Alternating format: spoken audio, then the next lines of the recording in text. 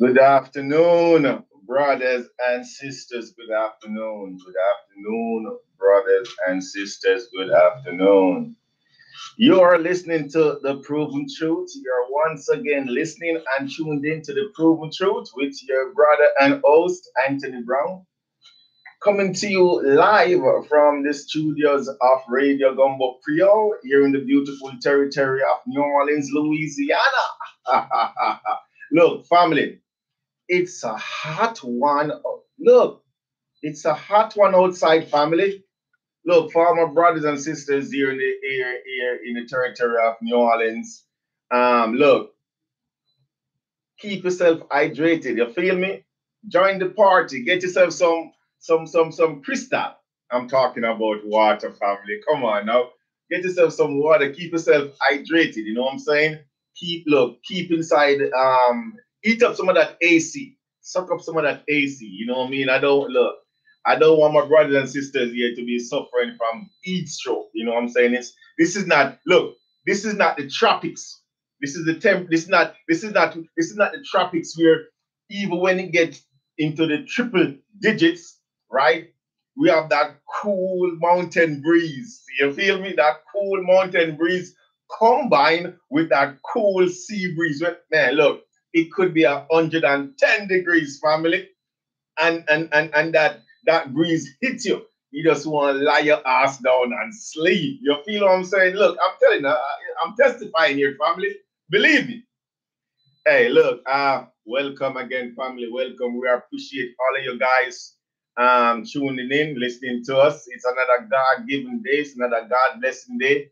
And we appreciate you guys taking the time out of your busy schedule just to come and share this live broadcast with us. Again, you are listening to us. We are coming to you live from the studios of Radio Gumbo Creole here in the beautiful territory of New Orleans, Louisiana.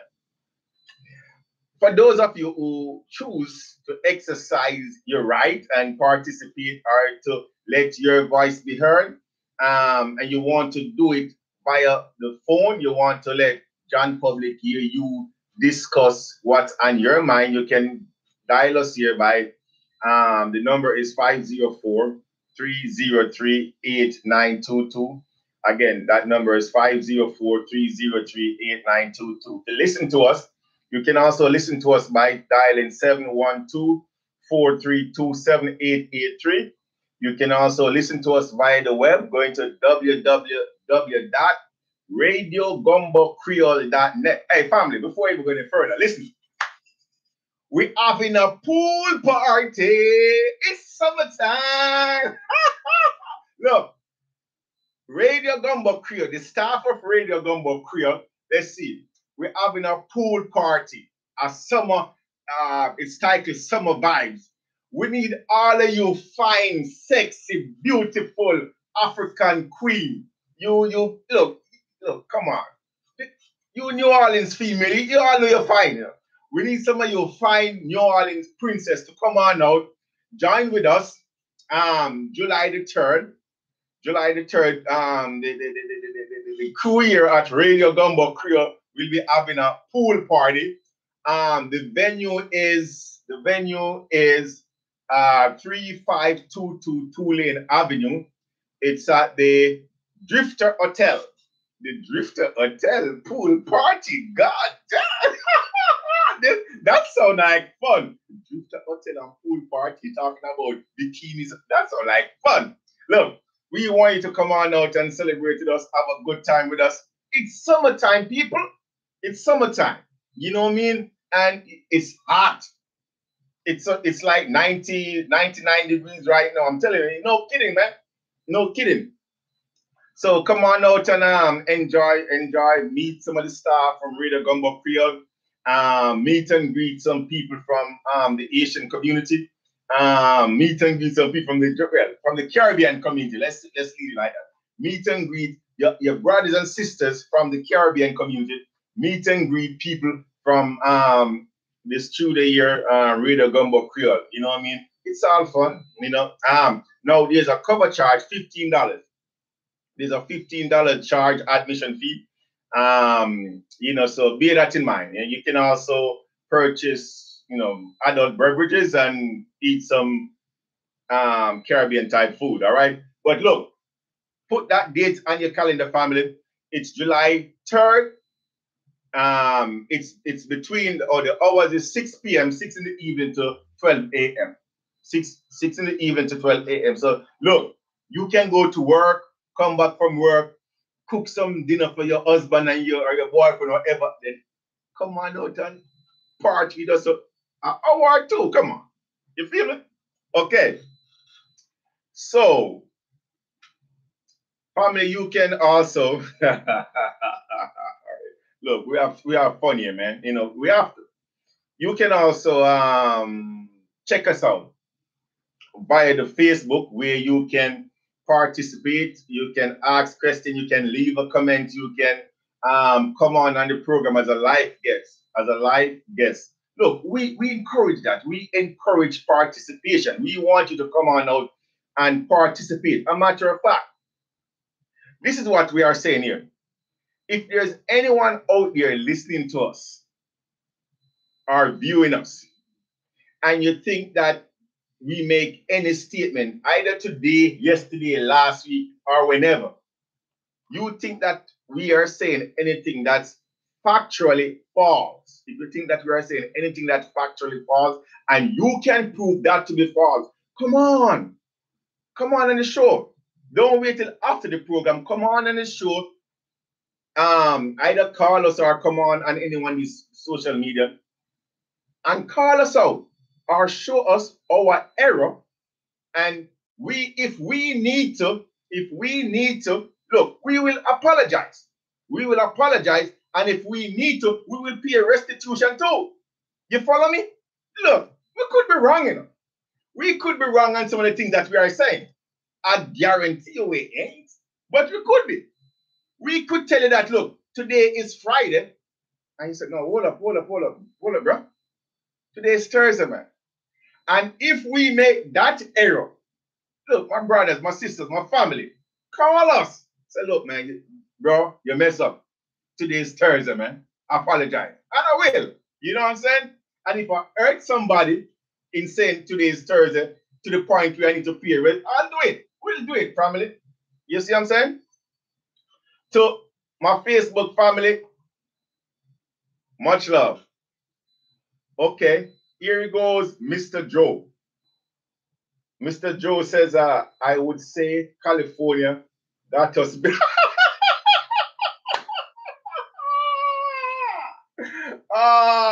come on. Look, for those of you who are listening to us via the radio, whatever other means, I title this show, the title that we have out there on these social medias is, Can You Say Louisiana?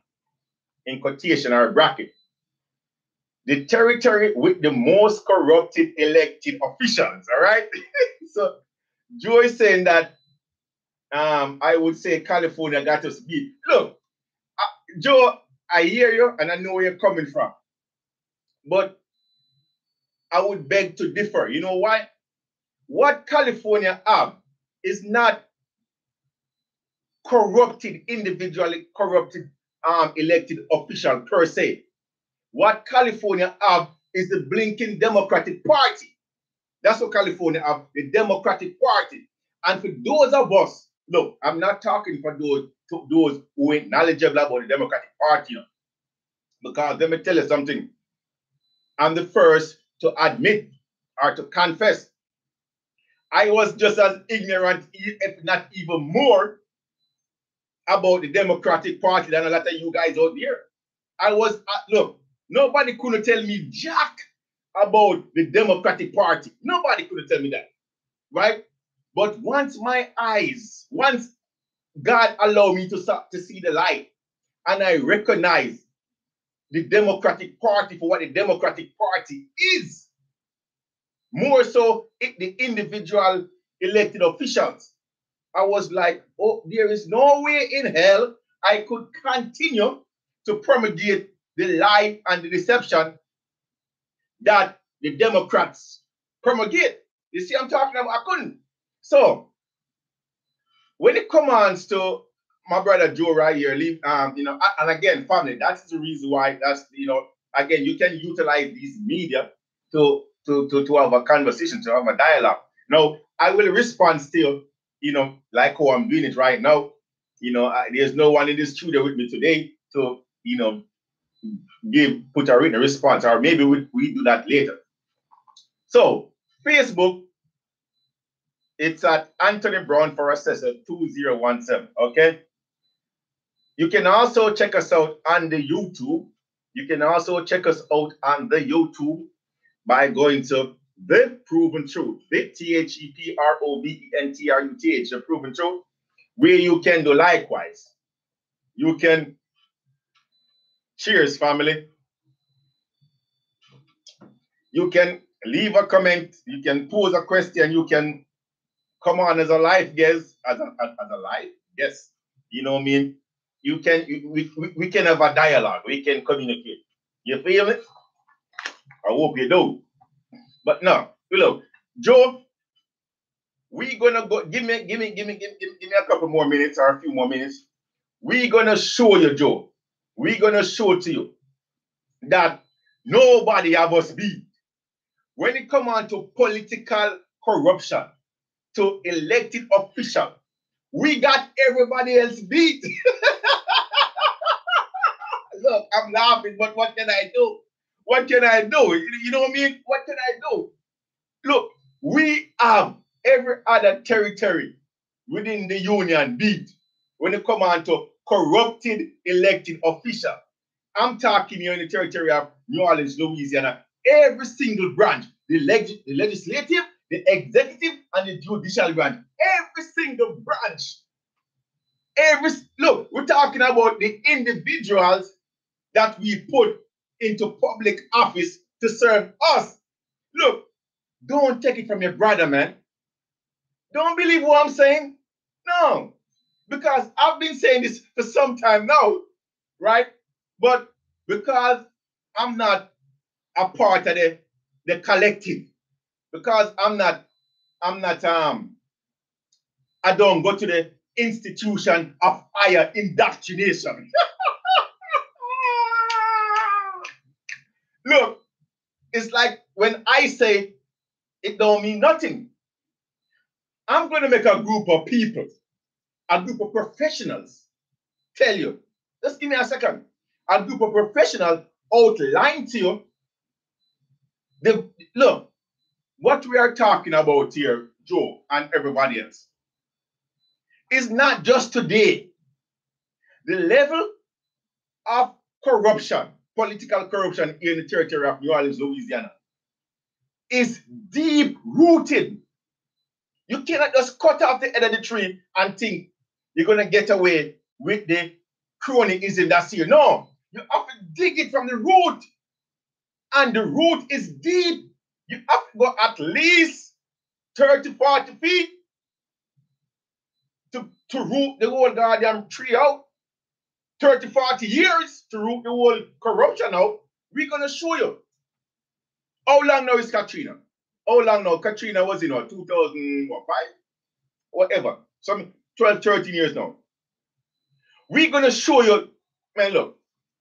Let me go through my protocols. And this is crazy, family. This is crazy.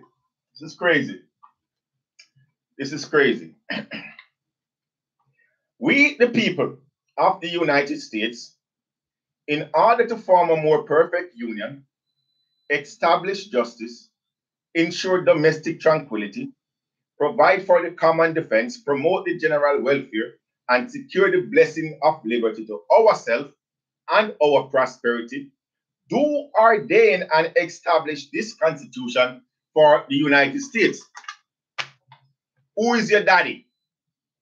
Who is your daddy? Who is your daddy? Words have meaning. Who is your daddy?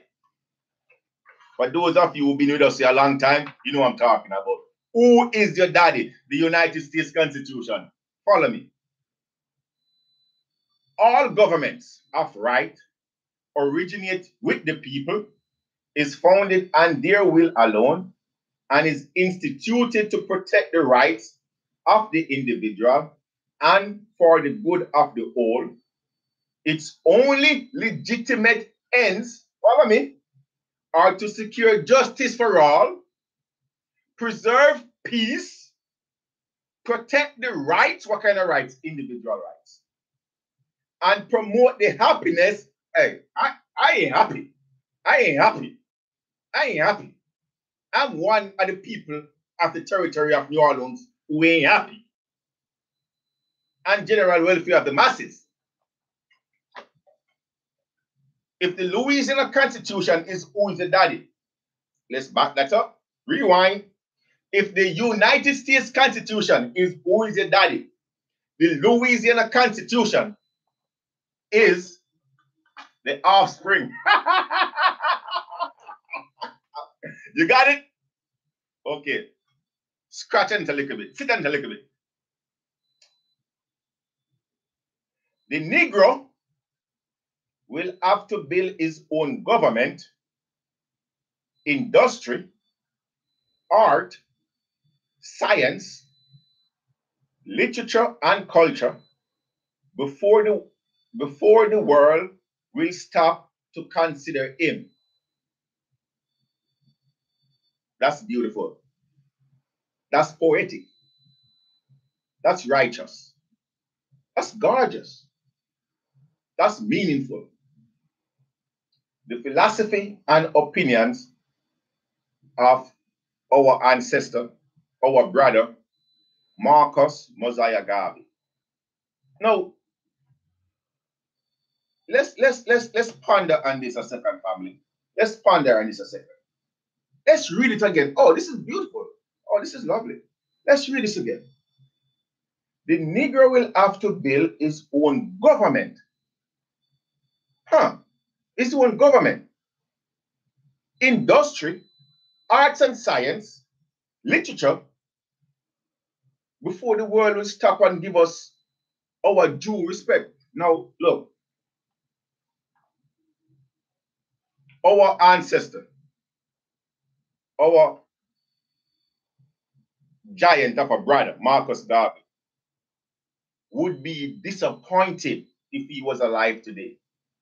He would be disappointed. He would be disgusted.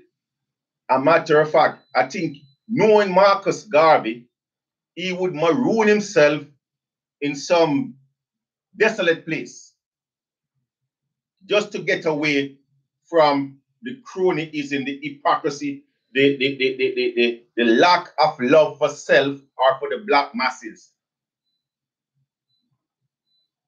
He would be so disappointed when he recognized that here in the 21st century, 2020, 2018, we have elected official in office that reflects the general population as it is here. Well, we can talk about the United States, but we are specifically focusing on the territory of New Orleans, Louisiana. For all my brothers and sisters all over the United States, you know, it applies to you. But for this intent and purpose, we're speaking about the geographical landmass of the territory of New Orleans, Louisiana. When you look at the fact that when you look on every single branch of government, and when you look at the individuals that all are sit in these seats with power and authority given to them by us, we the people, they reflect the general population being of Afro descent. The elected officials here in the territory of Louisiana, based on my own sight, my own opinion, is roughly 80-20. Ratio 8-2. Meaning that when you look on the judicial branch, you see more black judges than you see white, Caucasian, red, pink, whatever other color you want to give to them. When you look on the executive body, it's the same reflection. When you look on the legislative body, it's the same reflection.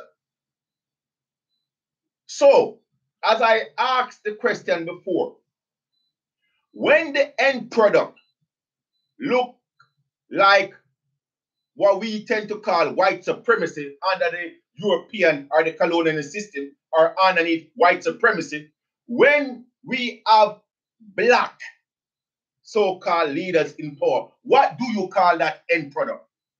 Do you still call that end product white supremacy? Or no, do you call it black supremacy? I don't know. I'm asking a question. Somebody tell me. I don't know. I'm asking a question. Our brother right here, Marcus Mosiah Garvey,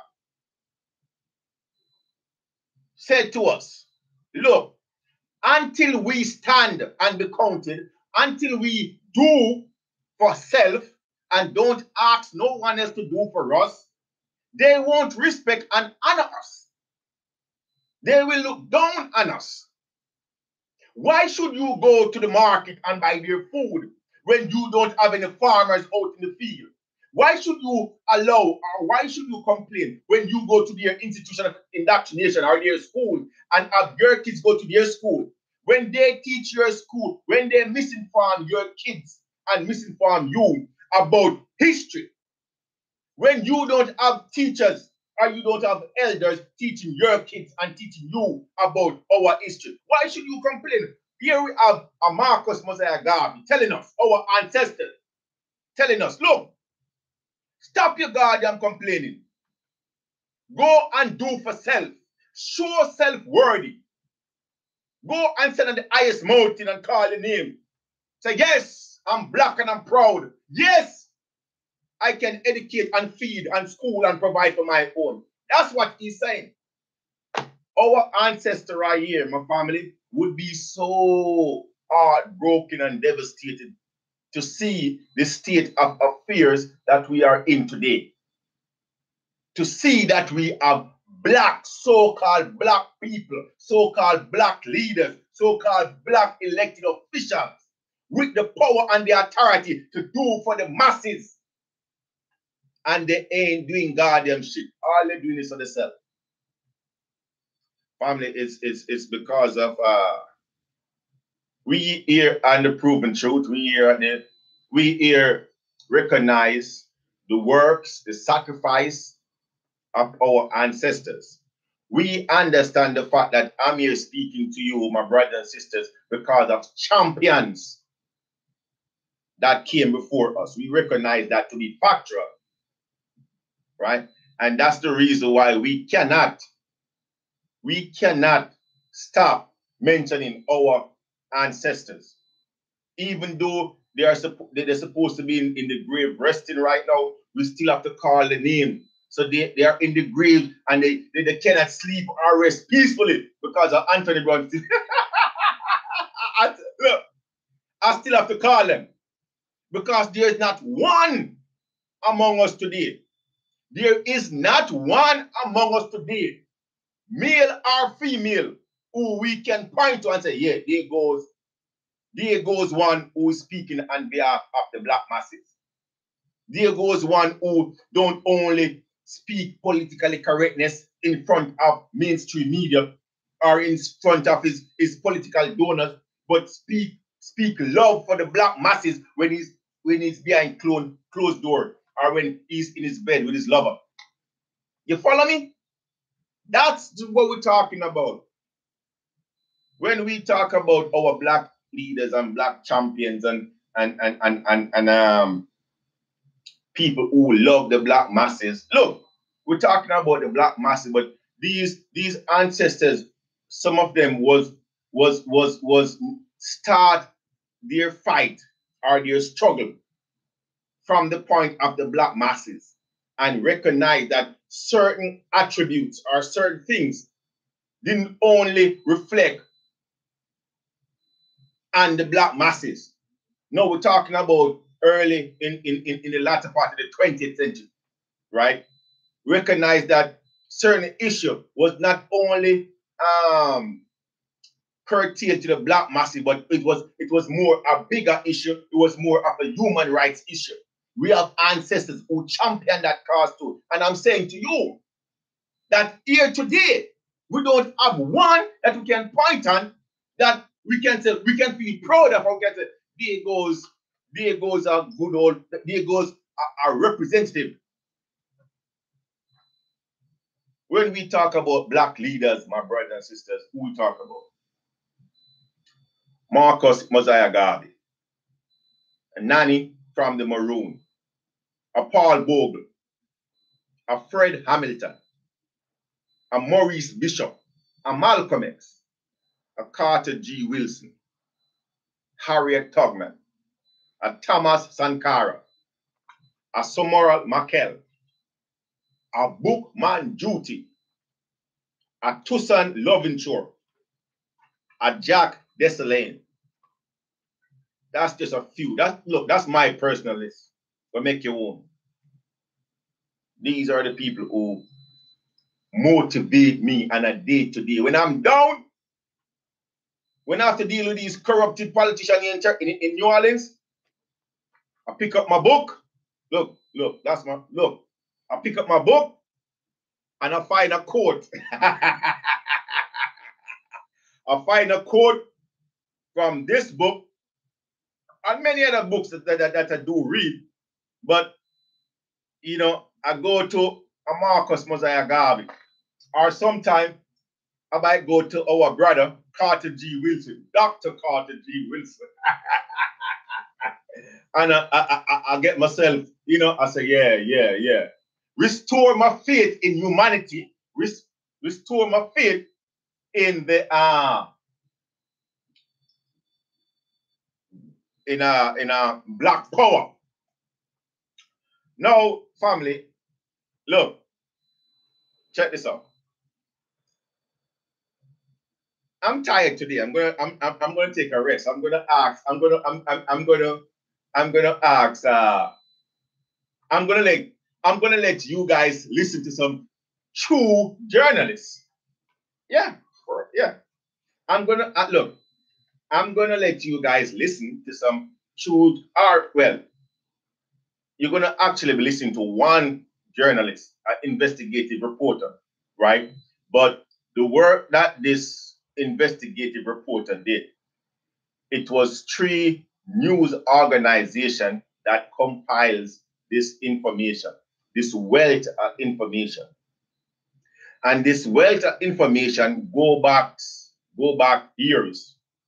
Years mean 5, 10, 15 years, go back years, right?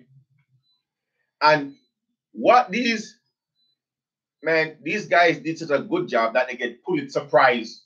they got what they call it. You lead for yourself. They get prestige awards for doing this in-depth work. Look, I ain't grudge them because I ain't a journalist, right? But what they did and what they getting awards for is what I've been saying for years.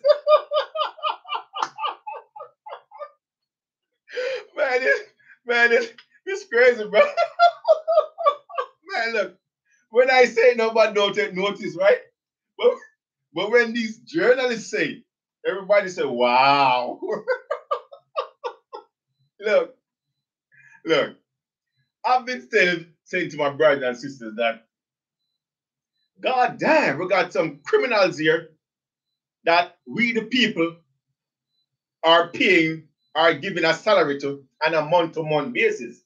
People like Errol G. Williams, person who call themselves the tax assessor, that criminal imposter, you know, Mitch J. Landry, that other criminal who was running to announced that he's running for the presidency in 2020, you know, and a lot more, you know. When we say, because we recognize the fact, look, our argument is simply, we recognize the fact that one, we are the electorate, we are the bosses, we are the one who empower these elected officials, and that's what they are. We elect people to serve in public office, right? To serve our will. They accept the challenge. They now have a fiduciary duty to us. They sign a contract with us. They have a contract with us. They have a contract. They sign that goddamn contract. And I'm saying, here in the territory of New Orleans, Louisiana, these criminals break the contract. And that's why the criminals, before they break the contract, look, follow me and keep quiet. Before they break the contract, there was a criminal. We wouldn't dare call them criminals or call them out of the name. We wouldn't dare. Because at that time, we honestly believe that these are highly moral and people who is doing what we put them into public office to do. We honestly think that they are elected officials doing the will of the people. So we address them with some amount of dignity, some amount of respect, because they are our employees. And as our employees, we show our employees respect. And we ensure that our employees are well taken care of, right? Well taken care of. To the point where we are giving these employees, in some cases, like this criminal bastard John Bell Edwards, we are giving him private security escort. We the people are paying for that. These state troopers that him have all around him. NOPD that's all around the mayor. We pay for that. It's okay, you know something. Go ahead and get yourself some private security. Go ahead and get yourself a personal car, a personal automobile. We go ahead and make sure your compensation, your salary is lucrative. You know, we take care of our employees. So we expect, we ain't begging them nothing. We ain't begging nobody nothing. We expect for you to honor the contract. That's all we ask. Honor the goddamn contract. What's the difficulty in that? Once we recognize that they violate the contract, they violate the oath of office, they're not applying the rule of law, they're totally disregarding the Constitution, then we have no business, or we have no will to come to them with any type of respect, because they were the one who first disregard the contract that they have with us, with the people. Okay, so from that point after, we call them for what it is. We call them out for who they are. Goddamn criminals. Criminals don't deserve a special treatment, man. More so, these politicians. Now again, family, I'm going to be sipping on my crystal. Some good crystal, right, boy? And I'm going to let you listen to some real journalists who combine their resources for months, and all they did was to follow the money trail. And in following the money trail, they discover, man, let me tell you something. One clip is over 2 hours. You know, look, I'm going to break it up. But they, hold on, man. I'm going to play this, because for those of you who think that California or anywhere else, be it Louisiana, when it comes on to them criminal imposter in office, in public office, you're wrong. Show me any other territory who get our journalists who get awards, or show me any other territory where we have politicians. Look, we have politicians putting money, $90,000 in the freezer. We have politicians who taking, we have politicians here in New Orleans who call themselves judges. I think I'm going to play that clip too. Maybe, no.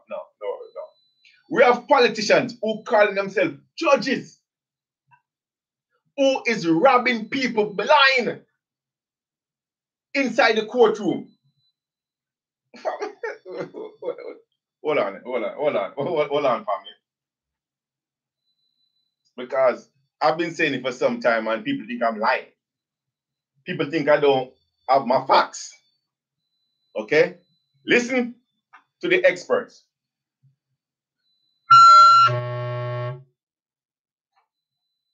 How does that happen? 2.8 million in 4 years. That's a lot of money. A graduation gift for your niece. That seems a bit out of bounds. Politicians crossing the legal line. They're either breaking the law or they really don't know what they're doing. Public servants faced with ethical dilemmas. You feel like someone has approached you before. Absolutely. Absolutely. A series that launched investigations from the State Ethics Board and the FBI. These are allegations of public corruption. A series that raised serious questions about some of the most powerful people in our state. He's double dipping. This is pathetic. That's my money, that's your money. A one-of-a-kind collaboration between Fox 8 and NOLA.com. The Times Dickie Yoon. Reports airing on TV, online, and in the newspaper. What? $800. And that's why I hired him, so I can stay out of trouble. Here's Lee Zurich with Louisiana Purchase. If money drives politics, we're about to show you who's riding shotgun. In a state of 4.6 million people, only a fraction contributes to elections, and an even smaller amount of people give most of the money. Here's part one of Louisiana Purchase. In the state of Louisiana, this lakefront neighborhood isn't a blip on the map.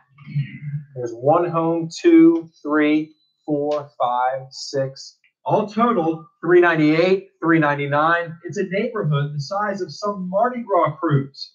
We counted about 400 homes in the state. That's correct. But imagine a community this small, But that's a lot of money to be giving. with the power to pour tens of millions of dollars It's incredible, these numbers I'm looking at. into politicians' war chests. If your home were able to contribute hundreds of thousands of dollars to campaigns, $1 million, what do you think you'd be getting? I'm sure I would be getting,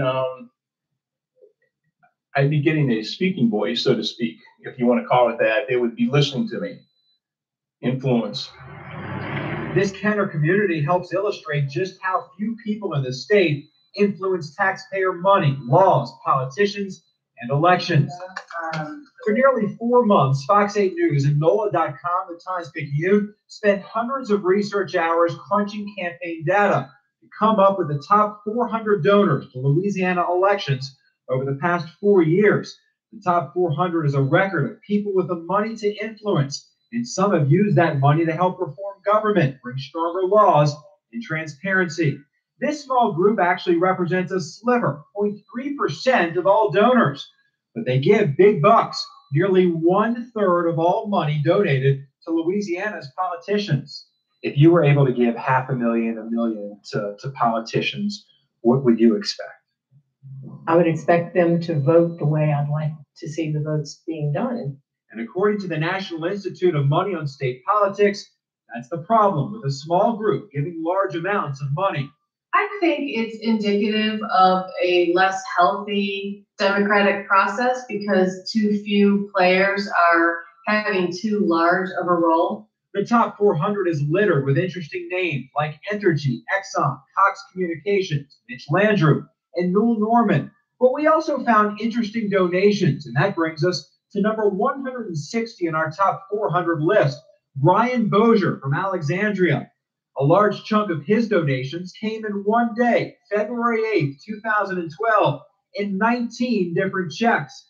Bozier, 6 of his family members, a business partner, and 11 different companies he owns contributed a maximum $5,000 to Governor Bobby Jindal. All totaled, in one day, Bozier helped direct $95,000 to the governor. The reason this is effective is because it's hidden. They're using the rules to disguise the influence. You see that? They're using the rules to disguise $90,000. That's correct. Different corporations. That's correct. Before the donations, Jindal appointed Bozier to the State Board of Commerce and Industry and the Louisiana Highway Safety Commission. Months after, one of Bozier's companies, Diamond B Construction, secured nearly $50 million in state contracts. If you're governor and someone gives you a stack of checks totaling $90,000, I mean, what is that telling you? It tells me that they want something. It tells me they want influence. It tells me that to be suspicious. Hi, Mr. Bozier. This is Lee Zurich calling from the. Bozier never returned our call or email for comment. LSU professor Bob Mann spent 2 decades in politics, working for the late longtime Senator Russell Long, former Governor Kathleen Blanco. He says for some, the donations come down to buying access. It's a form of legalized bribery. It is. Absolutely. If I gave $1,000 to a member of Congress or to a city councilman, and he put that money into his personal checking account, that would be called bribery. I give the same $1,000 to a city councilman, and he puts that same check into his campaign account. It's called politics. It's called good government. But the way that the politician uses the money isn't all all that different. The big money contributions are by no means limited to one party or the other. The Democratic and Republican parties are two of the largest donors in the state. In this context, they are little more than fundraising franchises. The Republican Party comes in at number 4, giving $1.2 million. The Democrats, number 2, handing out $1.3 million. Parties have no contribution limits. They can write a check to a candidate for any amount of money. So in 2011, the Republican Party donated $248,000 to Buddy Romer's son, Chaz Romer, for his race for the state school board. The party gave Romer nearly half the money he raised in that race and helped propel Romer to a victory. The Democratic Party poured almost $800,000 into Caroline Fayard's failed 2010 lieutenant governor campaign. Much of the donated money raises questions. On October 13, 2010, Fayard's father and family gave the Democratic Party $210,000. A day later, the party purchased campaign ads for Caroline Fayard, totaling about $210,000. In 2 other instances, the Fayards donated money to the party, and days later, nearly the same amount of money was given to Fayard's campaign. Fayard couldn't give that much money directly to his daughter because of contribution limits. And keep in mind, it's against the law to earmark contributions to a political party, so they go to a specific candidate. So from October 2004 to 2010, the Fayard family gave no money to the Democratic Party. In October of 2010, the Fayards contributed a total of $635,000 to the party. That same month, Fayard's law partner, Blaine Honeycutt, his wife, Family.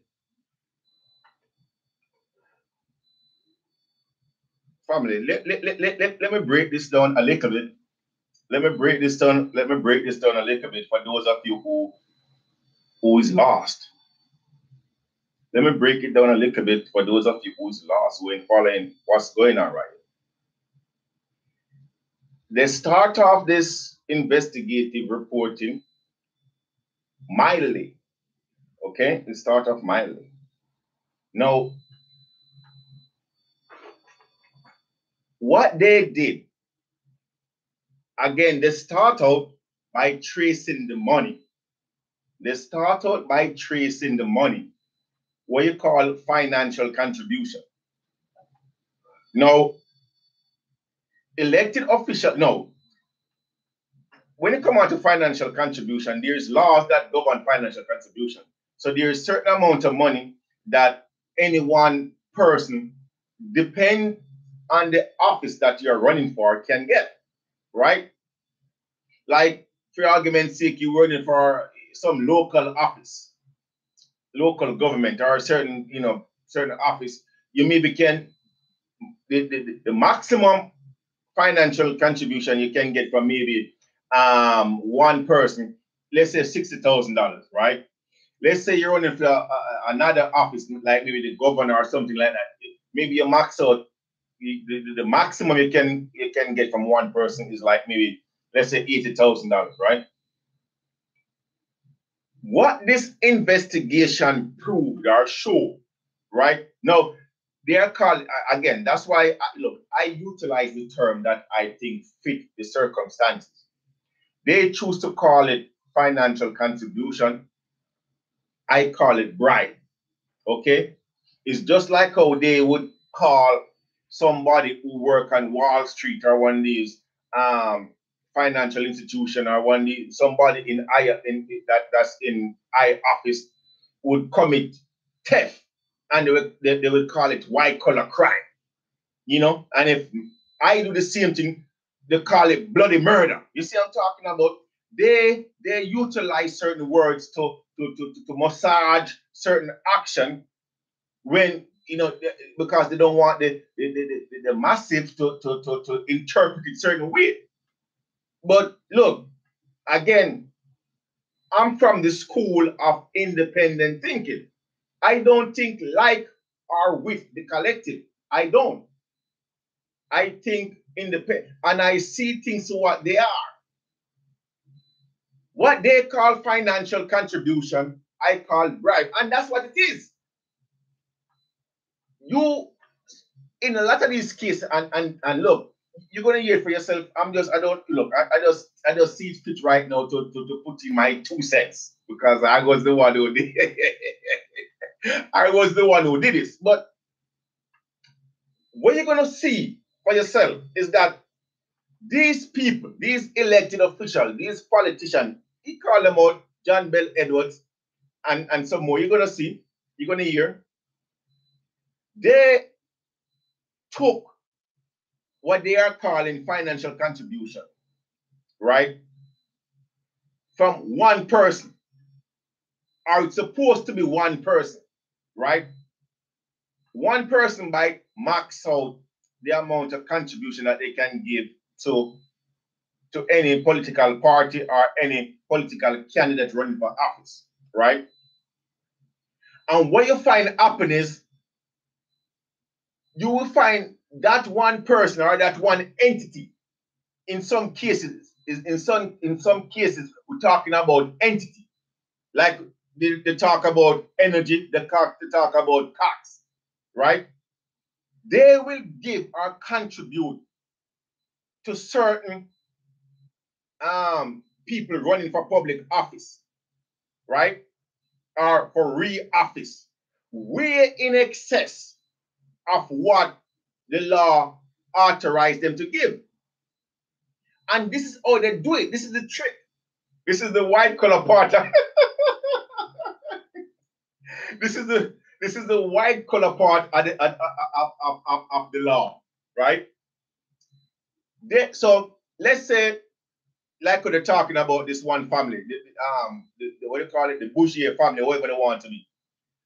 The husband would write a check, right, with the maximum amount required to donate to a campaign or to a party. Then now he will have his wife go and write the next check, but not in their name, in somebody else's name.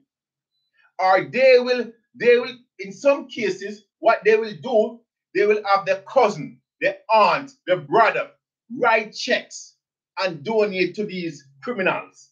Because that's what they are, right? So why would, look, family, you have to forgive me. You have to forgive me. No, I'm serious. I beg your forgiveness because this is what happened.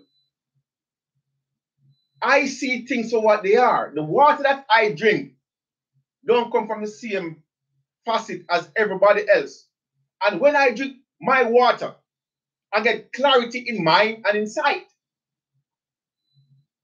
Why would they resort to giving contribution to any one candidate or any one party, and have to go to the extent where they have family members using other names or other fictitious business entity to contribute to these elected officials?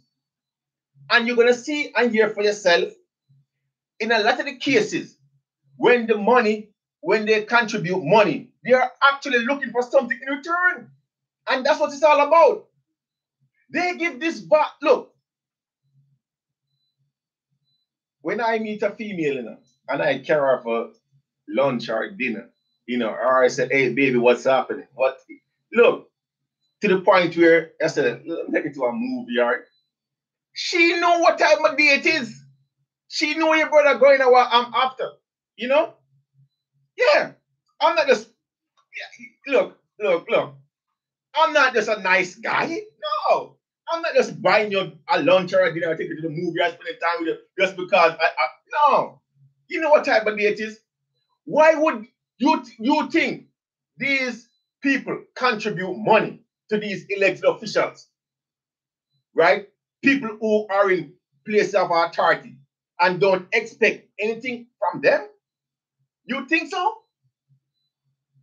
Let's listen to the expert dive deeper into the criminal activity.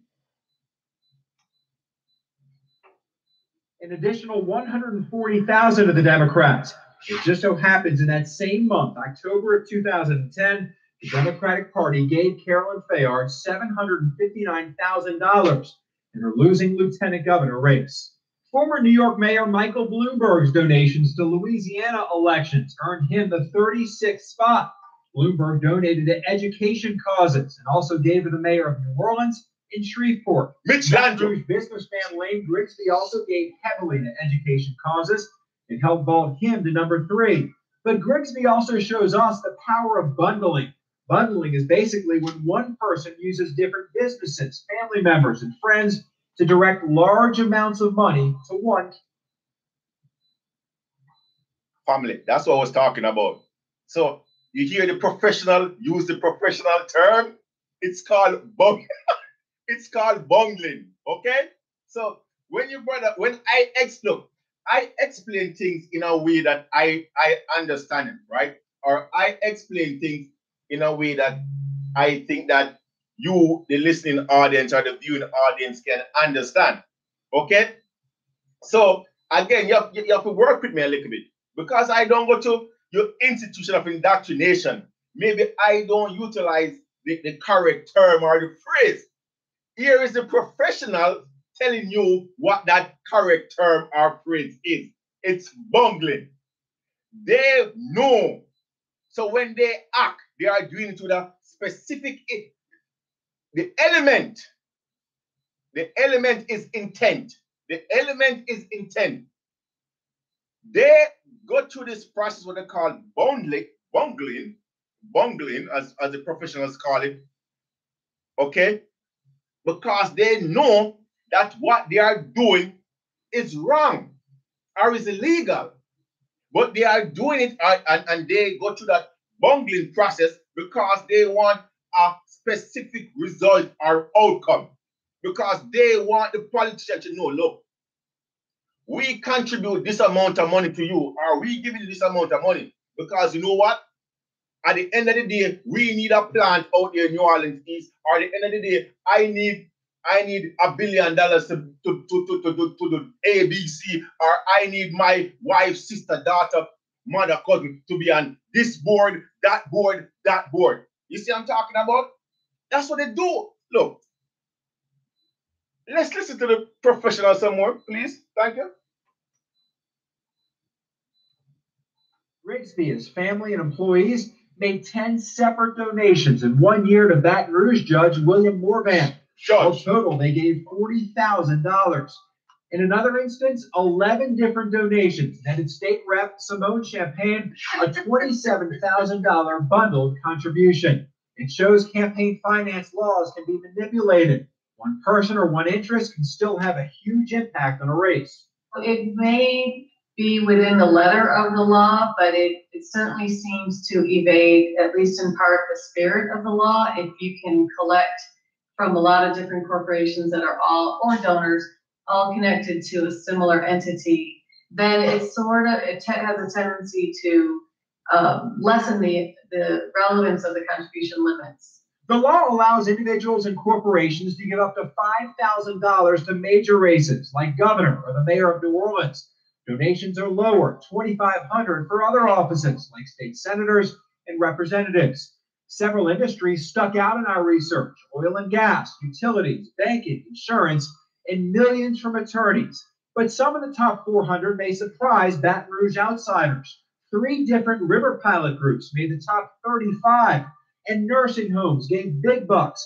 10 different nursing homes made the top 400. All total, that industry donated more than $2 million. 46 people in the top 400 self-financed much or all of their races. That was no guarantee of success, though. 70% of them were defeated. In St. Bernard Parish, for instance, Wayne Landry and Shad Clark both ran for sheriff. Combined, they contributed $1.3 million of their own money to the race. Both lost.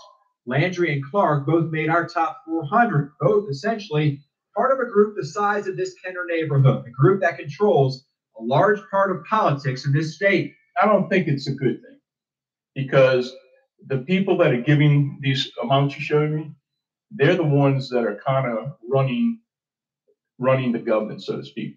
Experts say essentially the oversized influence makes these key contributors, noble intentions or not, the gatekeepers of Louisiana politics. In the name of freedom, we've allowed those super at the top, either wealthy individuals or more sinisterly wealthy causes, special interest groups, to buy the system. All total, $204 million was donated to campaigns in the past 4 years, about $63.5 million from the top 400.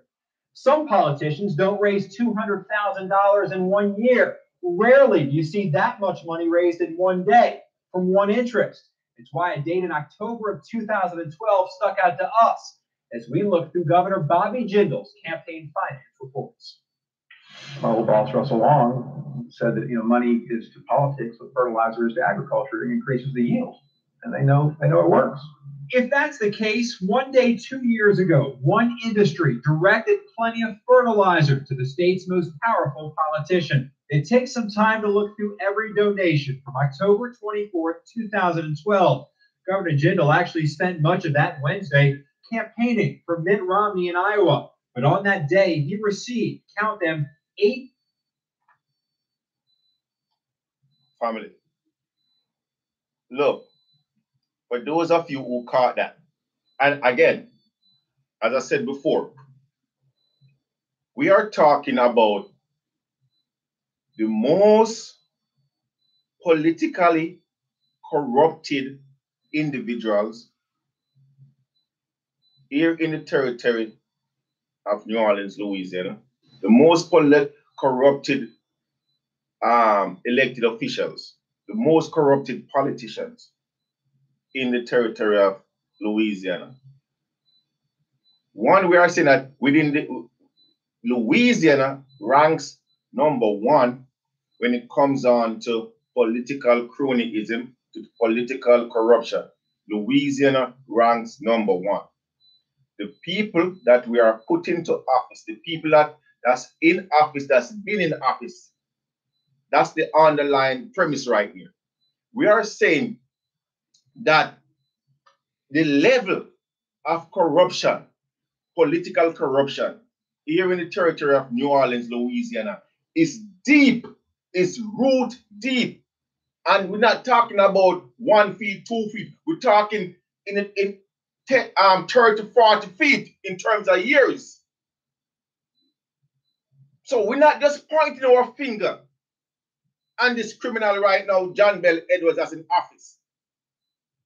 But we are talking about his predecessor and his predecessor, and in more invested from the professionals.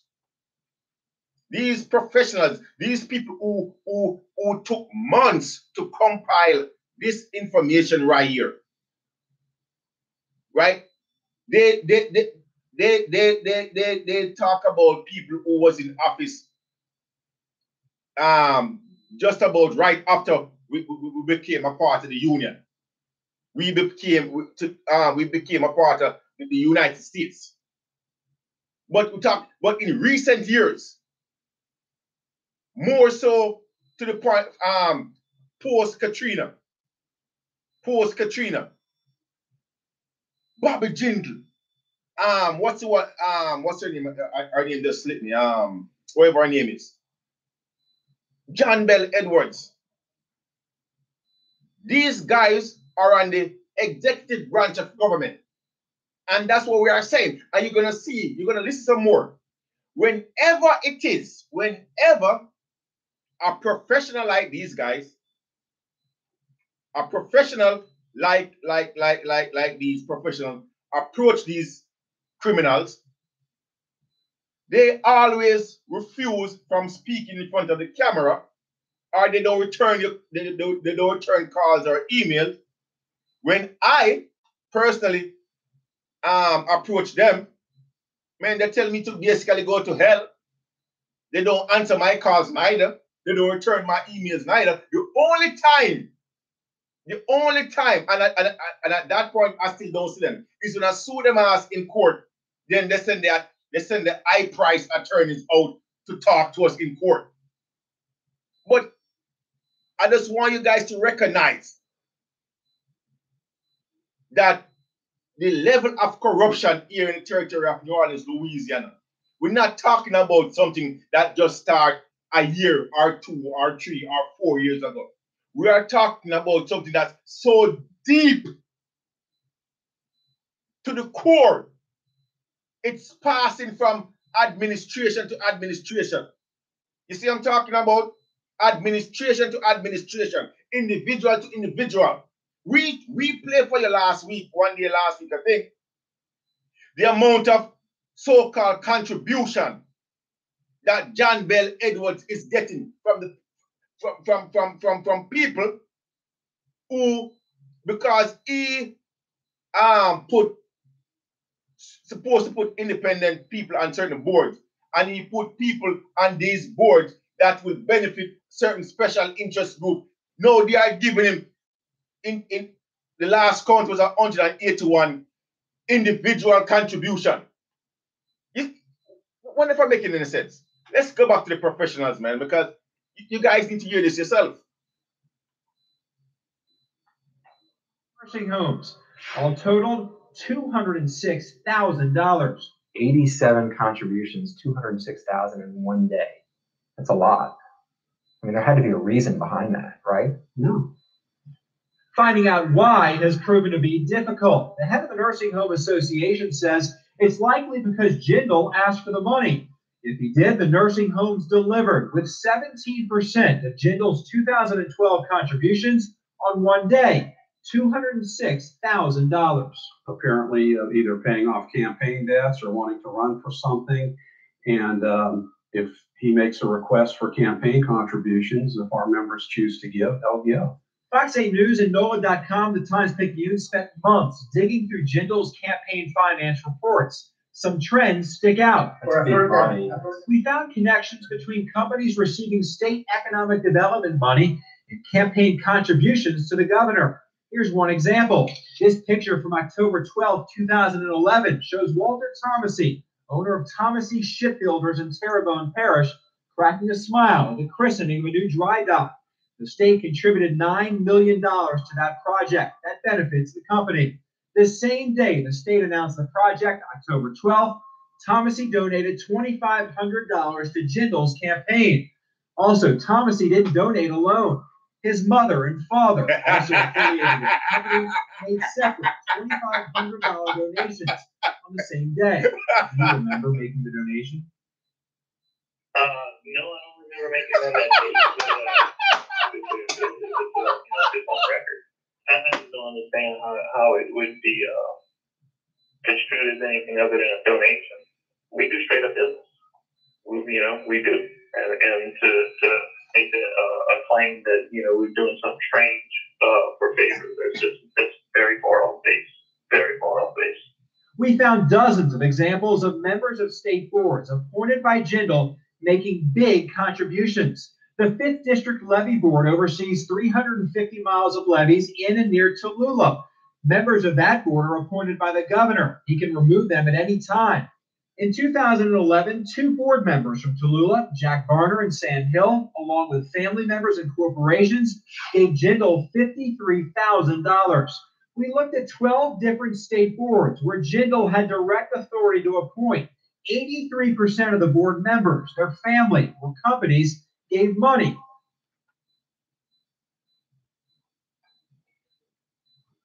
Family, look, this is one key component or key element that we found out ourselves too. Okay? We found out this key element ourselves as well. Now, I'm just so glad and happy that the professionals found the same thing too. The governor of the territory of Louisiana, either this one or his predecessors, have the authority to appoint members of boards. They create these boards to regulate whatever the entity is, and the governor have the authority to do that. A lot of these boards, the governor supposed to elect or appoint independent people to the boards. What does independent mean? That means the persons who the governor, the person or persons who the governor is appointed to the board. Let's say is the board to build drywall. You know, just picking something out of thin air. Let's say there's a board to regulate drywall, right? And on that board, you're going to actually have members on that board who is from the drywall industry. That means persons who either know how that the process of building the drywall, persons who either sell the drywall out there in commerce. You're going to have, the board is going to comprise of people who actually is in that business of drywall, okay? And then you're going to have a group of people, depending on how big the board is, who's supposed to be independent. Mean they have neither, the independent people ain't supposed to have a clue about drywall, you know, participate in the activity of drywall. The family members ain't supposed to participate in the activity of drywall. Have nothing to do. I hope I'm making myself clear. That's what independence is. Meaning they're totally blind, totally severed, cut off from drywall or whatever the board or the agency or the entity is. That means when it's time for a vote, they can look at it, the issue, from an independent or a fresh pair of eyes. So they can say when the person with interest speak about the drywall and from their perspective. So they're gonna say, well, you know, maybe they can say, well, look, you know, I used to, you know, have to purchase drywall, right? And the tax on the drywall was humongous, you know. So look, we're gonna vote not to pay the tax on the drywall because, you know, we can gain financially, or our profit can be much bigger, right? Now the board normally comprises three different set of people based on our experience and our finding, and you're gonna see for yourself, right? So it's normally somebody who is have interest in that entity or that activity. Then you normally find somebody from the general public, right, that's on the board, who is directly tied into the, you know what I mean, to the government bureaucracy. And then the independence. Now the independence and whichever board it is key. The independents are key because even the people that's from the public, they can have a conflict of interest too. You see what I'm saying? But the way it's normally structured is like if you have three persons on the board, that deals with that particular industry. The next group, people from the general public, normally three. So what happens is you're gonna have a tie. You understand what I'm talking about? The board is structured in such a way, just like the goddamn Supreme Court.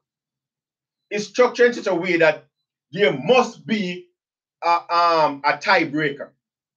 That's how these boards are structured, and these boards are structured that way for a particular purpose, right? So the independents on the board are the key voters on these boards, right? As we show you last week or whenever I show you, we have boards there in Baton Rouge right now where this governor, this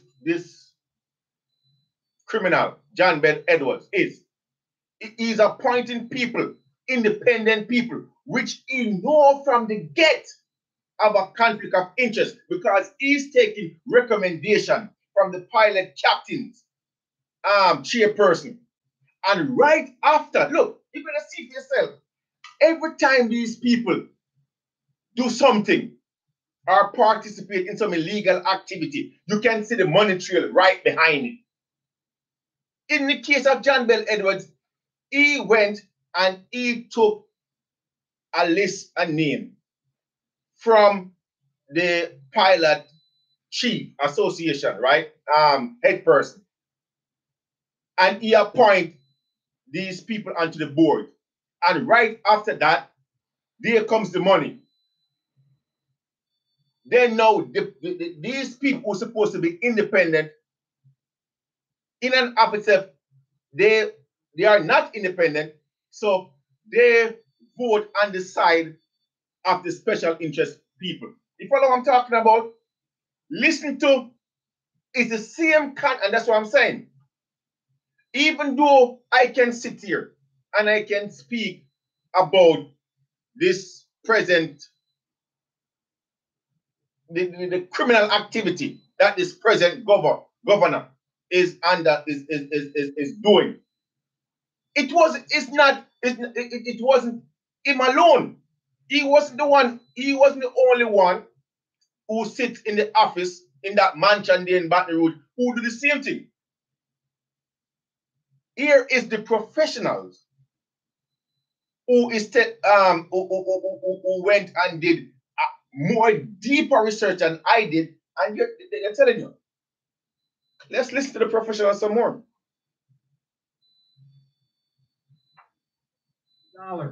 The most we found came from the State Board of Commerce and Industry.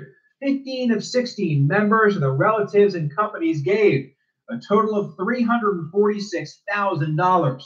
The State Board of Regents, which oversees higher education, came close, $286,000. The only Board of Regents member who didn't contribute, Baton Rouge Dr. Albert Sam. You don't get on these boards, the LSU board or the Board of Regents, unless you're a contributor, or unless you're somebody like Albert Sam, who is a fine guy, really is, who didn't give a dime. And the only reason he's on there is because they came up and realized that they didn't have one African American on the board, and they needed one, so they kicked a white man off and found an African American doctor and put him on there. So that's the only way you can get on these boards, is either give a lot of money or find yourself as someone who they need because they suddenly realize they have no diversity whatsoever. The LSU board has a similar story, $288,000 from board members, families, and companies. The highest contributor, Bobby Yarborough, the owner of Manda Fine Meats. Yarborough and relatives gave Jindal $63,000. We compared donations to Jindal and former Governor Kathleen Blanco's appointments. On the Board of Regents, 93% of Jindal's appointees contributed. 77% of Blanco's gave money. But here's the even bigger difference. Jindal's appointees gave $276,000 to his campaign. Blanco, $67,000. And some of these board members may be breaking state law. The law says if they contribute to the governor within 1 year of their board appointment, they have to make that public in a financial disclosure form. In our review, we found a handful who apparently didn't. Board of Regents appointee Chris Gorman gave Jindal $4,500 on November 8, 2010. The next month, Jindal sent out a news release announcing Gorman had been appointed to the Board of Regents. Gorman never made that public in his financial disclosure filing, an apparent violation of the law. But there's more. In 2012, North Shore businessman Dickie Blossman pleaded guilty to federal corruption charges. Blossman admitted to funneling money to board members of his bank, Central Progressive. The board members then donated that money to Jindal's campaign. In April 2007, the bank's 11 board members gave Jindal a total of $55,000. We tracked down this picture taken 1 month after the illegal donations. May of 2007, Jindal with Blossman at the opening of a Central Progressive Bank branch in Slidell. Prosecutors charged Blossman in the summer of 2012. Jindal's campaign returned the money in January of this year. It's important to note just what Bobby Jindal may be getting out of these contributions. He's term limited. He can't run for governor in 2 years, and this money can't be used in a federal election for president or Congress. But if you look at his campaign finance reports, the millions of dollars Jindal has raised has allowed him to travel around the country, campaigning, boosting his national profile. We found $63,000 in airfare, some on private jets. Jindal's campaign paid for $16,000 in hotel rooms. In one instance, we found news reports of Jindal traveling to Park City, Utah, to campaign with Mitt Romney. At the same time of those news reports, Jindal's campaign account paid for $1,000 at the Hotel Park City. Jindal also had a 2012 campaign payroll of $125,000, even though, again, he can't run for re-election. And in 2012, his Louisiana campaign fund paid $690,000 for political consulting, $42,000 for phones, $10,000 for campaign staff shirts. We requested an interview with Jindal by emails and a phone call. He never agreed to an interview. So when Jindal went to St. Tammany Parish for an economic development announcement, we showed up, once again asking for an interview. I'd rather ask him. I know what you want to do. Jindal's press secretary said we could only ask, quote, a question while Jindal was at the podium. As you can see by this story, we had a series of questions to ask and had documents and a picture to show them. So we tried to request an interview with the governor. The news conference concluded. Shielded by state troopers, the governor ignored our request. Governor Jindal, we're trying to get a quick interview with you, Governor Jindal. May I follow up? Louisiana Purchase returns in a moment.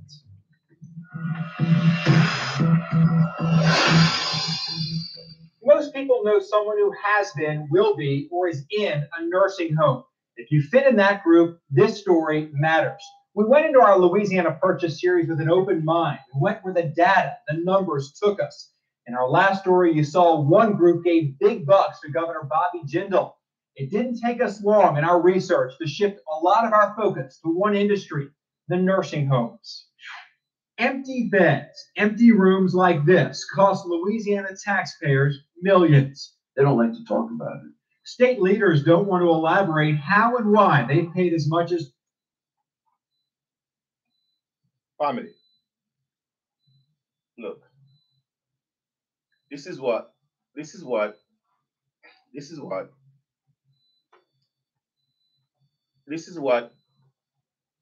I'm talking about. Since John Bell Edwards became the governor, he has called the most special session under the disguise of fixing the budget.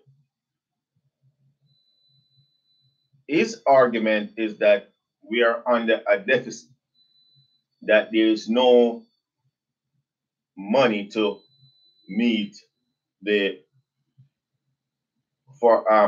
budget, the requirements of the budget. To the point where it was I think a month ago or so that I informed the listening audience to be on guard.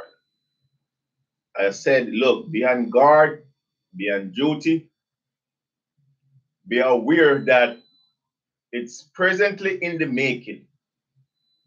They are actually speaking about a constitutional amendment for 2020 to be on the ballot. Here in the territory of Louisiana, they are speaking about a constitutional amendment to be placed on the ballot that would allow them to tax we the people more. Now, this is my argument, family. This is my argument. The territory of Louisiana, the argument that we are under a deficit is a fraud, is a lie. We have more than enough resources. We have more than enough funds to meet the requirement of the territory. What we are having, or what we have been undergoing, or what we have been seeing for years now, for decades now, as this report outlines, is we have a small group of people who is basically steering the way the political wind is blowing. We have a small group of people who utilize their own resources to bribe these elected officials easily. From what we can see thus far, and from what we uncovered in our own personal research, it's not hard to bribe a lot of these politicians here in New Orleans, Louisiana. And when you look, this is a key point that these professionals never mention of, but I recognize it because what I use, common sense. When you look at a lot of these criminal imposters that's in office right now, and you check their finances before they enter public life or public office, a lot of them was just merely scraping by. A lot of them was merely scraping by, hand to mouth, just like the average person out there. If they had lost a paycheck, there has to be a problem, just like a lot of us out there.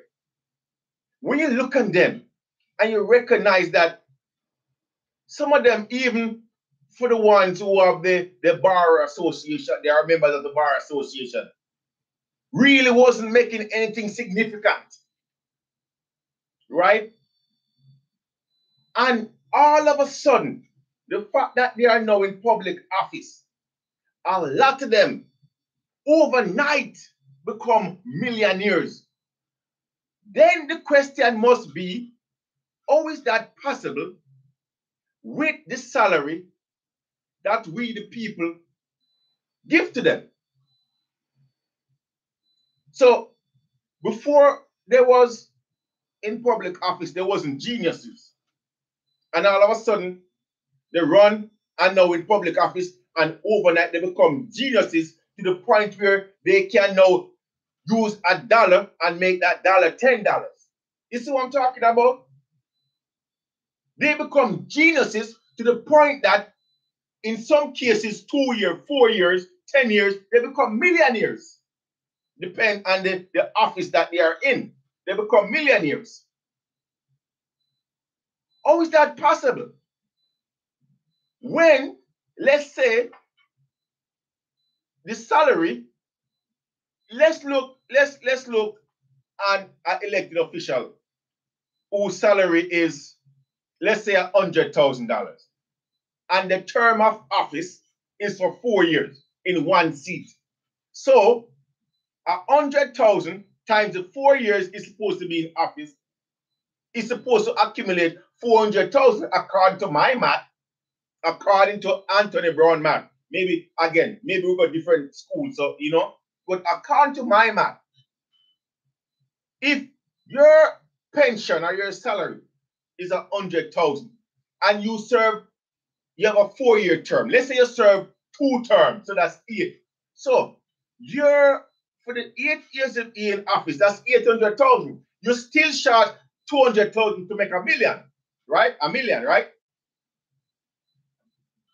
You 800,000, and within the first year or 2, you in office, all of a sudden, you have millions in your account. Where the hell did that money come from? Where did that money come from? You see, that's a key component of this whole thing. Before you run for public office, you was like me, struggling to carry a girl out and to the movies. And all of a sudden, now you're in public office, you're going to movie actually every other day, buying popcorn and candy and tequila. How is that possible? When you recognize the fact that a lot of the resources that's supposed to be diverted to the public fund, a lot of the resources that's supposed to be in the public fund to conduct the will of we the people. It's mysteriously, it's a matter of fact, ain't nothing mysterious about it. It's been willfully diverting to some to the back pockets and the account of these so-called elected officials. That's what it is. Here we have in New Orleans a lawsuit on the book. I was talking about this a long time, nobody never listened to my black ass. Here we have out there in the public record tax dollars, property tax dollars that we the people of New Orleans pay to go towards certain functions, road, school, whatever. These criminals right here is taking that money and putting it where? In the retirement fund. They are taking that money and putting it in their pension plan. That is the reason why. That's one aspect of it. We here in the territory of Louisiana, we have millions, no, not we. They have millions of dollars that ain't accountable. They can't account for millions of dollars in assets that nobody know where these assets valuing millions of dollars is. You see what I'm talking about? And then you're going to tell me that we have a deficit problem? We need to tax poor people more to give you more money to do what? So you can waste it? You can misappropriate it? You can lose it? You can put it in your own private bank account? To my brothers and sisters in the territory of Louisiana, wake up. You are being tricked. You are being bamboozled. You are being lied to. You are being deceived by people who you think are supposed to be honorable and credible. You are being tricked, my brothers and sisters. They are lying to you. And that's why I'm saying to my family, be on guard for 2020. Be on guard. They want to put just the same way. No, look. What happened in 2014? Look, I'm coming back to the video because I want you guys hear these experts. Because when I say, it's like, look, it ain't, I'm not saying with any force or authority. People think maybe I'm just venting. In 2014, when we the people of New Orleans, a matter of fact, when we the people of Louisiana tell these criminal bastards, tell John Bell, no, tell Mitch Lange, New Orleans City Council, Civic Source, Harold G. Williams, no, we ain't giving you no authority to sell our action, our property. We ain't giving that authority. They put it on the ballot for November 4th, 2014. We told them no, right? And even though we tell them no, today we still have criminal judges in Pastor, Division N, Civil District Court, New Orleans Civil District Court, calling ourselves Judge Etlin Sims Julian, calling ourselves Guardian Judge. After we the people spoke, said no, the municipal corporation, the body politic, have no right, have no authority. And we the people ain't giving them none to go there and work with, partner with, contract with a LLC, a limited liability corporation like a civicsource.com, like a Acorn Information System LLC, civicsource.com, to rob us. We ain't giving them an authority. Here it is, even though we speak on the ballot, here it is that we got so-called judges. We got this Harold G. Williams. we got civic source, and all of them still doing what we tell them no. They have no authority to do, still doing today. Creating the largest homeless population here in the territory of Louisiana. That's what we are facing here today, family. Nobody, no other territory can claim this honor, if you want to call it an honor, or this title from us right now. Until we get new people, conscious people, people who ain't money crazy, are greedy to run for these offices and oust all these criminals. You know why? You know why? A lot more of these so-called politicians ain't in jail today. Let me tell you why. In the territory of Louisiana, there is no such thing as check and balance. Within the Constitution, no, look, within the Constitution, it's written. What is article? What is within the Louisiana Constitution, my family? It is written. Article 2. Let me go up and show you. It's written in the Constitution. When I said there is no check and balance, it's written in the law, in the Constitution. However, none of these criminals can check any other branch of government or any other individual because they are doing the same thing. That's the problem. If you go to Article 2, Section 1, this is what it says.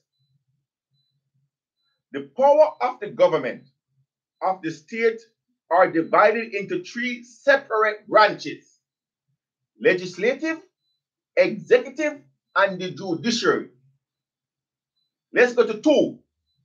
Except as otherwise provided by this Constitution, no one of these branches, nor any person holding office in one of them, shall exercise the power belonging to either of the other. These 2 sections cover it. You see? But nobody, John Bell Edwards can check Bernadette Johnson. No.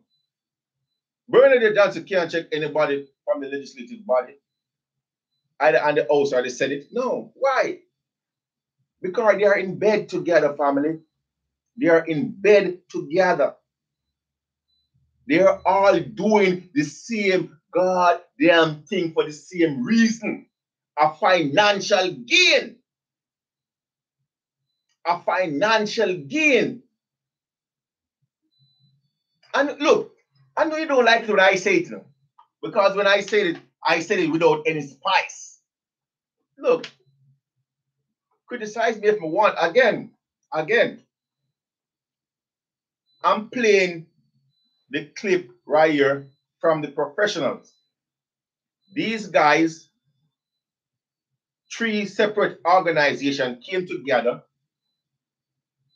for, I think they said 7 months or however long it was. And they dig deep. Now, this has been out there for some time. This actually been out there for over 2 years. This information actually been out there for 2 years. And I honestly think that in titling this clip, I think it was titled perfectly. I think they should get a Grammy for just the title alone. Louisiana Purchase. I think they should get a Grammy just for the title alone, Louisiana Purchase, because that's what it is. We have special interests who are people with influence, people with money, who is buying out our elected officials. Or we have our elected officials. Let's turn the table around. Our elected officials are taking bribes from special interest groups. In some cases, family, this is what we are saying. Don't believe the hype. or don't believe the argument that we don't have enough revenue stream. We have enough revenue stream here in the territory of New Orleans, Louisiana. We have enough. What we have is a greedy monster. What we have is a greedy monster. What we have is greedy, corrupted politicians. That's what we have here in Louisiana. Greedy, corrupted, self-righteous politicians. People who never know what wealth look like before they go to public office.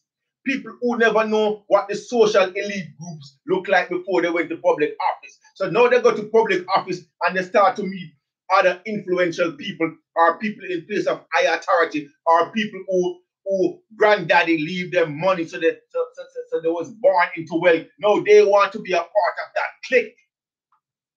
So now they go there and they take bribes and they laugh and they smile. That's what we have here. We have enough revenue coming to these greedy bastards. But the more we give them revenue, is the fatter they get. The more we give them that revenue, is the fatter they get. They keep on getting, look, we have a goddamn imposter right now, sitting in the seat, sitting there in City Hall on the 4th floor, calling himself Harold G. Williams, claiming to be the tax assessor, taking away people's property, putting people's property illegally on his goddamn Abalarum tax road. And at the same time he's doing that, he's building a mansion out there in New Orleans, a mansion with multi-car garage, telling the people of New Orleans, oh, you want to see my for my multi-car garage, look, you know, it's close to you. I'm like, what?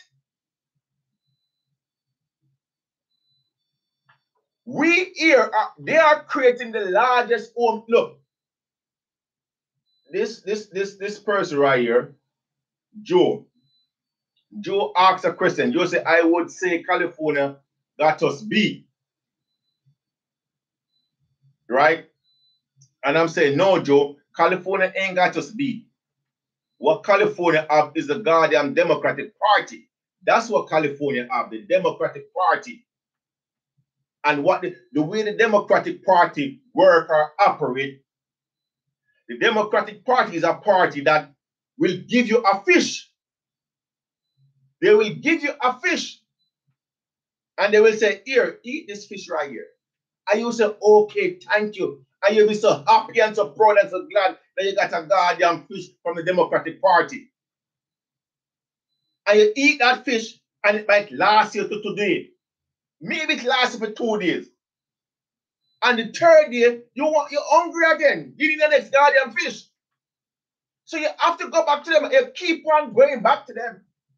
The Democratic Party is a party who will teach you, say, look, here is some bait, here is a line, here is the sea, there is the ocean. You put the bait on the line, you toss it out there, you jerk it a bit, and you catch your own goddamn. No, they don't teach you that. They don't teach you that. They want you to keep on depending on them. So that whenever they say to you, look, jump, you don't ask how high, you just goddamn jump. Let me tell you something, man. Again, I was as blind and as dumb as a lot of you out there when they come on to the Democratic Party. Nobody couldn't tell me jack about the Democratic Party until my eyes was actually open and I recognized some of the hypocrisy with the Democratic Party and a whole, and some of the lies and the deception that they talk about the Democratic Party. You think the Democratic Party was so against white supremacy or slavery? You think that? Look, to my family, cheers.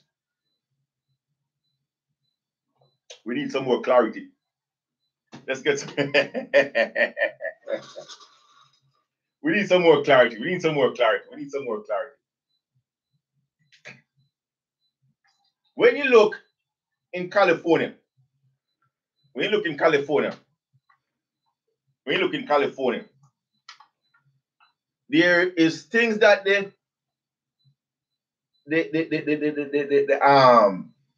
government in California is doing that affects that territory in a negative way and causes inflation to go high to the point where people just cannot survive.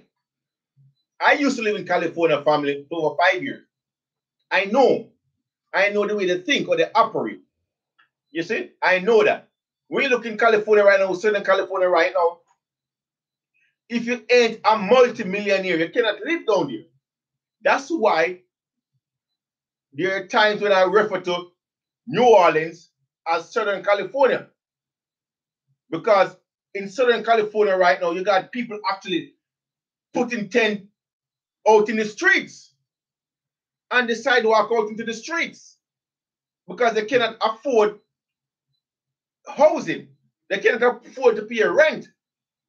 You got so much working poor in California right now. You have to ask yourself, why the hell you still in California? I have friends in California. I'm asking, I said, why the hell you love California that much? You're still in California? You can't eat food. You can't pay rent. You can't hardly go to school. And you're still in California because what? Because California is, let me tell you something, man. My God created heaven and earth. And when he did it, he run no bad boy offense. He put no permit offense around heaven and earth, around earth. So I can go anywhere on planet earth and live and be comfortable. You see what I'm saying? I'm asking my friends, I'm like, look, why the hell you gonna pay close to $1 million for a 3-bedroom house? Where you can come to the south or go somewhere else and pay the same property you're out there paying close to $1 million, you can pay maybe 200,000 or or whatever. Much, much less. You see what I'm talking about? When you check on the economical status of California, it's about the collective. It's about the collective decision of the Democratic Party. Why the people right now, just like what this goddamn clown Mitch Lange was doing before he left office, talk about them Sanctuary City. You know what Sanctuary City breeds? You talk about California being a sanctuary. That is the reason why it's overpopulated right now, to the point where it's forcing out the actual people of California from getting any meaningful work. Because the labor, it's about supply and demand. When these people over here come and work for $5, you think somebody gonna pay you $7 or $8 when they can pay this guy over $5? No. I'm gonna take that guy what I can pay $5 to, right? And I'll take 2 or 3 of them, so I get more productivity for my for least amount of money. That's how that works.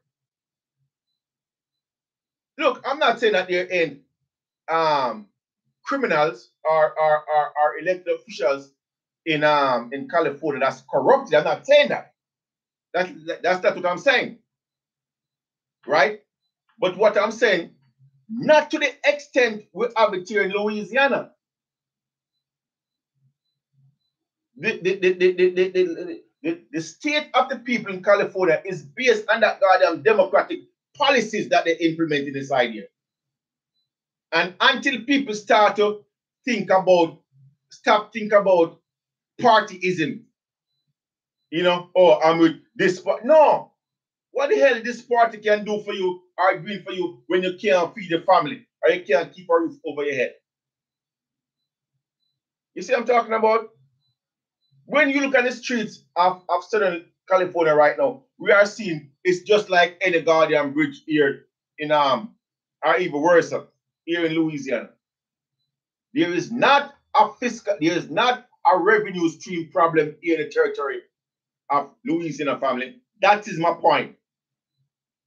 Here in Louisiana, the government, what we call government, have a lot of revenue coming their way. What we have is cheese, is rat guy protecting our cheese. We have people with slippery fingers in public office. Slippery fingers in public office. Look no further than the Guardian judiciary in New Orleans. Slippery fingers, a greedy heart, and a gracious mind. That's what we have here. Be on guard. They are thinking about, it's out there. You can go search for yourself. I ain't doing all the work for you. They are talking about a proposal on the ballot. And this is what I was about to say. If that proposal should pass in 2020, you will see how quick they implement that proposal. If they should put a constitutional amendment on the ballot 2020 to increase taxes, right, so that they can get more revenue, and it should pass, you will see how quick they would implement such an action. And since 2014, we the people tell Civic Source, tell Errol G. Williams, tell the body politic, City of New Orleans, no. Tell the governor, no. We don't want a for-profit corporation, a LLC, a Civic Source, robbing us of our property. We don't want the government, the people who, that entity that we create, and the people who we put to public office to be out there doing anything with that for-profit corporation to rob us. Why? Because we recognize that what that breeds is anarchy, and we the people. We have people here, family, losing their property without due process of law. To all of you legal scholars out there, we have people losing their property in the territory of Louisiana, New Orleans, without due process of law. Totally in violation of the Constitution. Let me take a water break and let this professional talk to you for another few moments. For thousands of unused beds. It's so sad. In 2010, Louisiana had 9,000 empty beds in nursing homes. At a legislative hearing that year, a lawmaker told a House committee how much it cost the state. $23,191,688 last year went to unused beds in nursing homes. Nursing homes are big business in Louisiana. Most are for-profit. These are private businesses, and private businesses should be able to sink or swim. And if you're paying for empty beds, you're essentially paying somebody for not being as successful maybe as they should be in filling those beds. You know, Holiday Inn doesn't get paid if they have 30% of their rooms empty. But each year, the state pays nursing homes for empty beds. Last year, 25% of the beds sat empty, 8,700 across Louisiana. The demand is falling off, and yet the supply is being kept artificially alive. In 2007, the state's Department of Health and Hospitals sent out a news release where the undersecretary was quoted saying the Medicaid reimbursement formula includes a payment for empty beds. But since then, the Jindal administration appears hesitant to admit to payments for empty beds. When we asked DHH last month, they responded, "We don't pay for empty beds." When we asked the question again, it provided more details, including that 2007 news release. DHH clarified, writing, "The rate-setting methodology does include overhead and administrative expenses that indirectly result in some of the cost of empty beds being calculated into the rates." DHH declined our request for an on-camera interview. If the demand is not there, but the supply is, why should taxpayers pay for something for a for-profit organization where the demand isn't there? Why did the state approve those beds back in the 1980s and 1990s? We built them based on a need. But what if the need's not there anymore? Is that our fault? We built them based on need. Now that we have a mortgage of $6, $8, $10 million, does that mean you're going to cut us out at the knees and say we're not going to pay you for that anymore? It's a fairness issue. Bruce Blaney spent 6 years in the State Department of Health and Hospitals. Now he's an advocate for the elderly getting care in their homes. He says money should follow the patient, not an empty bed, but says it all comes down to money. How does that happen? Well, you can buy policy, alas. I mean, these campaign contributions buy a policy. They bought the empty bed policy. You believe that? Oh, yeah. I mean, I know it. To know just how big of a business nursing homes are around the state, all you need to do is look at this stack of paper. 4 years of campaign contributions. The industry's come a long way from 1992, when Buddy Roemer left the governor's mansion. This is nursing home in the last couple of years. Awesome. Well, it's exploded. I guess their dependence on the governor and the legislature is at an all-time high. It's sad. In the past 4 years, the nursing home industry has contributed almost $2.8 million to political campaigns, mostly to the governor and legislators. $2.8 million in 4 years. That's a lot of money. I don't think we're probably near the largest. But that $2.8 million is more than the oil and gas, telecommunications, gambling, utilities, and banking industries. Campaign contributions are just, part of the process. People ask us for contributions, we give contributions. In the last 4 years, nursing homes have given the governor $715,000, $124,000 to State Senator Sherry Cheek Buffington, $100,000 to Senate President John Alario. Many of the contributions are bundled together in one date or week, like October 24th, 2012, and nursing homes gave Jindal $206,000 on one day. Over 3 days in October of 2011, nursing homes gave Senator Buffington nearly $64,000. On September 22nd, 2010, nursing homes gave John Alario and Alario's Political Action Committee $60,000. In our interview with the head of the state's Nursing Home Association, we found out some of those dates may coincide with fundraisers the association's Political Action Committee hosts for lawmakers in the Nursing Home Association's Baton Rouge headquarters. We use our upstairs. We'll, the PAC will send out requests to members. If you'd like to come to a fundraiser, come on by and meet with the legislator. And then if they want to make a contribution, they make a contribution. Teddy Price is the highest donor among nursing home owners, giving $444,000 over the past 4 years. That money was given by about 30 different businesses and people, including Price and his wife. Elton Beebe of Ridgeland, Mississippi, his family and businesses gave the second most among nursing home owners, $303,000. Once Fox 8 News and NOLA.com, the Times-Picayune, noticed large contributions to the nursing homes, we started digging further. Here's what else we found. Some nursing home owners who were the highest donors own some of the worst rated nursing homes in Louisiana. According to data collected by the... Okay, family. Okay. Look, again, for those of you who haven't heard or seen this documentary, I would advise, because here it is, these are the professionals, all right? Because when your brother said, look, apparently, I'm saying it without any power or any authority. Now, here we have true journalists, right? We have true, people with credentials telling you or outlining the issue. Now, again, what we have here in New Orleans, Louisiana, in this territory, we are placing rats to protect or oversee our cheese.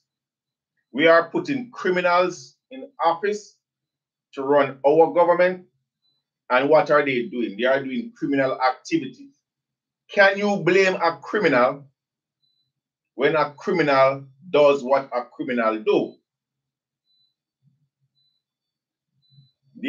Don't believe the hype. There is no such thing as we having a deficit here in the territory of Louisiana. We have so-called politicians putting this money into their pension or retirement fund so that they can end up somewhere in the Caribbean or somewhere in Mexico drinking tequilas, saying hi to all those mommies. Look, this is a brother, Anthony Brown, saying much love, peace.